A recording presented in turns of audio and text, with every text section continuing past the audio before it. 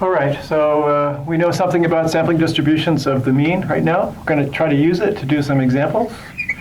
The first example is trying to determine if a given population mean is a reasonable value.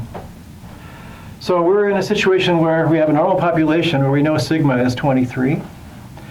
We've observed an X bar of 288 with a sample size of 100. We're asking a question, do you think mu could be 300? We know 288 is pretty close to 300. Is it possible? And one way to handle that question is to compute z to see how far away from the mean 288 is. So we'll do that. Here's z for x bar. Now we said z for x bar minus mu over sigma over root n, like that. So there's my x bar. I think, what could it be? It's 288. Here's the mean. It's the population mean, 300. Here's sigma. It was 23. I'm checking myself. And n is 100. So we did it right. And out comes minus 5.22.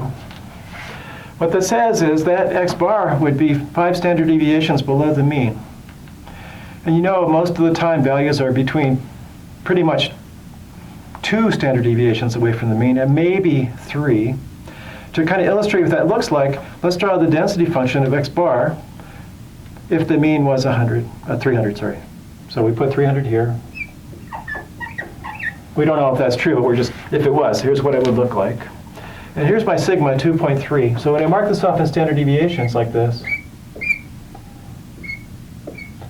is for x bar, then I get 302.3, 304.6, and 303 of those, 6.9, like that. And then I'm going to be subtracting those off. 300 minus 2.3, that's 297.7. I'm having no fun here. Then 2.3 more, 295.4. And then 2.3 more, 293.1. Okay. So most reasonable values that you might see would fall between 293 and 306 if the mean was 300 and the standard deviation was this 23 over the square root of 100. That's what you get. Now, this minus 5.22 means that you're 5 standard deviations below the mean. 3, 4, 5, way over here is where 288 would be. Sort of out of the realm of possibility. So we say because the value observed doesn't fall within 2 or 3 standard deviations of the mean, it's not a likely value to be observed. And since it's not a likely to be a value to be observed when the mean is 300, we're concerned that maybe the mean isn't really 300, and that's why we got such a strange value.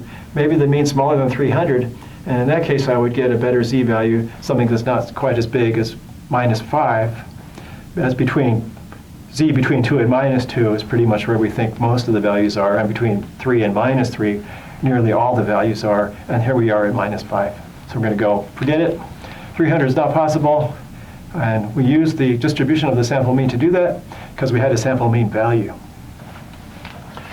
Our second example over here is trying to figure out what you should charge at an auto body shop.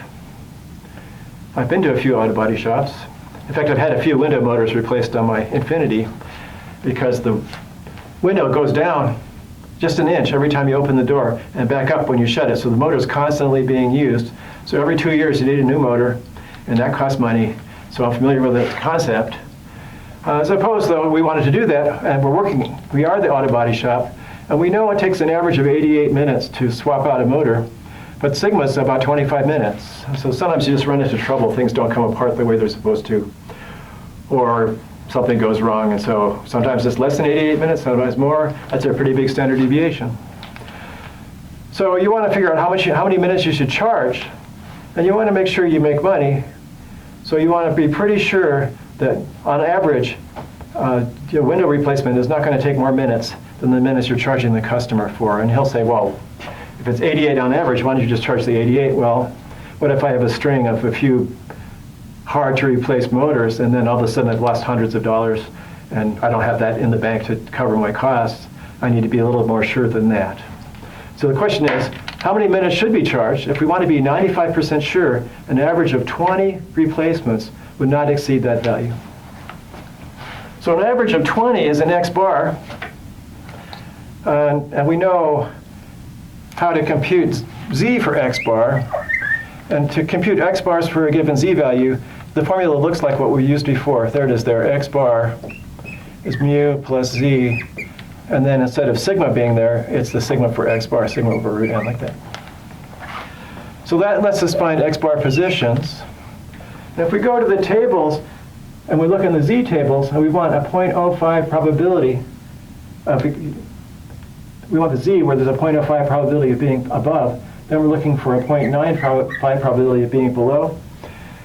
And the Z value is between 1.64 and 1.65. They're equally spaced, either side. You can pick either one. I just picked, look what I wrote here. That's the actual number. We might not know that, though. I know it by heart, but we don't know it yet. So it's between 1.64 and 1.645. And so that's the Z value. To compute the actual position, I use this formula, mu plus Z sigma, with the sigma is sigma over root n, to get the position. So mu was 88, sigma was 25, n was 20. So I got 25 over root n, that's 25 over root 20. I got 1.64 standard deviations. And my starting place, the average number of minutes it takes to replace the motor is 88. So I go 88, and I go that many standard deviations above to find the position where there's a 5% chance of exceeding that. And that way we're 95% sure, and in 20 replacements, I've charged enough to cover my cost, which otherwise I might not be in business. So if you do that calculation, you get 97.18 minutes. Well, it's bigger than 88, but not a huge amount bigger. So you're just putting a margin in there to protect you from unusual circumstances that might happen in your 20 replacements. And so auto body shops actually do this. They want to make money. They can't guarantee how long it's going to take to replace something. And they'll look it up in a book. The book has done this calculation already. It says, here's a fair price. They know what the mean and standard deviation is for the projects, because that's what they study. The people that make the books to indicate how much you should be charged, how many minutes should be charged for different kinds of operations. There's a number. It's already built in, 97.16 minutes to get your motor replaced, even though the average time is only 88 minutes. Just so they can be sure to turn a profit if they were just to do 20 replacements, and they want to be 95% sure they haven't exceeded that number on average.